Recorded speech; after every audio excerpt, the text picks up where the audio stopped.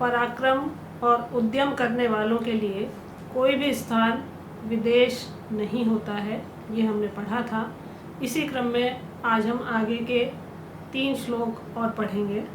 और पहला है, सुखम आपतितः सेव्यम दुखम आपतितं तथा चक्रवत् परिवर्तन्ते दुखानि च सुखानि च। आपतितं सुखम सेव्यम, आपतित आए हुए, सुखम सुख को, सेव्यम भोगना चाहिए, आपतितं दुखम और उसी तरह से आए हुए दुख को भी सहन करना चाहिए। दुखानि सुखानि च, दुख और सुख जो दोनों होते हैं वो चक्रवत् परिवर्तन्ते, चक्र के समान, पहिए के समान परिवर्तन्ते आते जाते रहते हैं।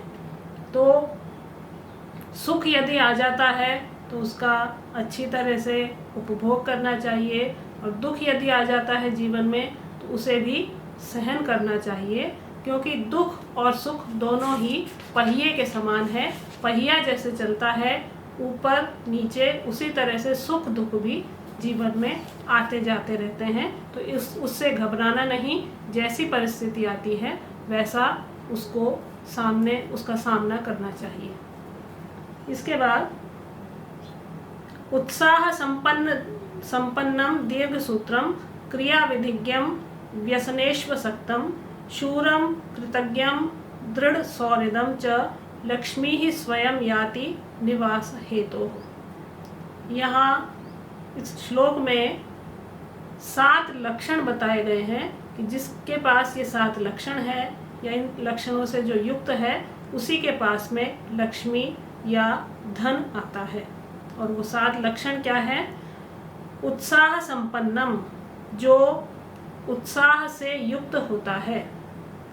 अदीर्घ सूत्रम, अपने कार्य को शीघ्रता से कर लेता है या कार्य को बहुत समय तक नहीं खींचता है। क्रिया विधिज्ञम, क्रिया और विधि को जानने वाला, किस तरह से कार्य को करना है इसका ज्ञान रखने वाला।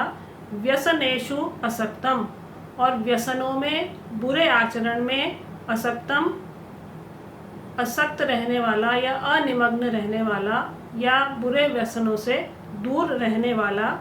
शूरम, शूरवीर। कृतज्ञम, उपकार मानने वाला।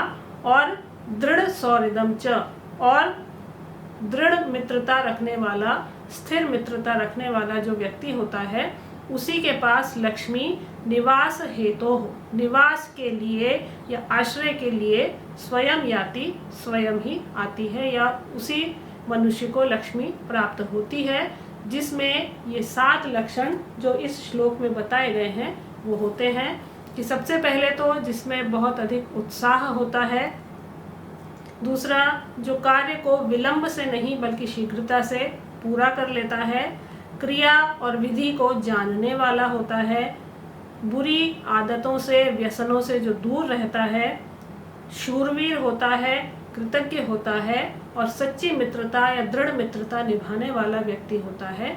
उसी के पास प्रसन्न होकर लक्ष्मी स्वयं आती है। तो संपत्ति, वैभव को जो चाहने वाला व्यक्ति है उसमें ये 7 लक्षण होने चाहिए, और उन्हीं के पास में लक्ष्मी जाती है। इसके बाद में धनवानिति ही मदो में किम गत विभवो विषादम उपयामी कर निहत कंदुक समाह पातोत्पाता मनुष्यानाम। धनवान इति में मदः किम, मैं धनवान हूँ, इति मदः ऐसा गर्व क्यों करना या ऐसा घमंड क्यों करना। गत विभवः, धन के गत हो जाने पर, संपत्ति के या समृद्धि के या धन के नष्ट हो जाने पर, विषादम किम उपयामी, विषाद को क्यों प्राप्त करना या विषाद में क्यों आना।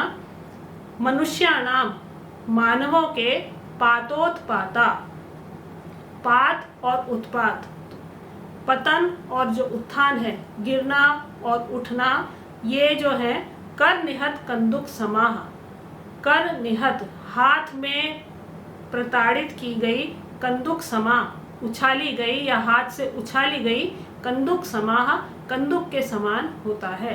तो मानवों का जो पतन और उत्थान होता है वो हाथ की उछाली हुई गेंद के समान होता है। जैसे गेंद ऊपर नीचे जाती है, उसी तरह से मनुष्य के जीवन में भाग्य के कारण उन्नति भी होती है और अवनति भी होती है। इसलिए किसी भी परिस्थिति में घमंड या विषाद नहीं करना चाहिए। ये श्लोक बताता है कि धन है तो घमंड ना हो और धन नहीं है तो विषाद ना हो, दुख ना हो, क्योंकि मनुष्य की जो अच्छी या बुरी परिस्थिति होती है, उन्नति या अवनति होती है, वो हाथ से उछाली हुई गेंद के समान होती है। ऊपर जाती है और नीचे आती है। जैसे पहिया घूमता है, जैसे गेंद उछलती है ऊपर नीचे, उसी तरह से मनुष्य का भाग्य या मनुष्य की परिस्थिति भी वैसी ही होती है, कभी अच्छी और कभी बुरी। इसलिए हर परिस्थिति में एक समान रहने का प्रयास करना चाहिए, न घमंड न विषाद, हर समय एक जैसा व्यवहार।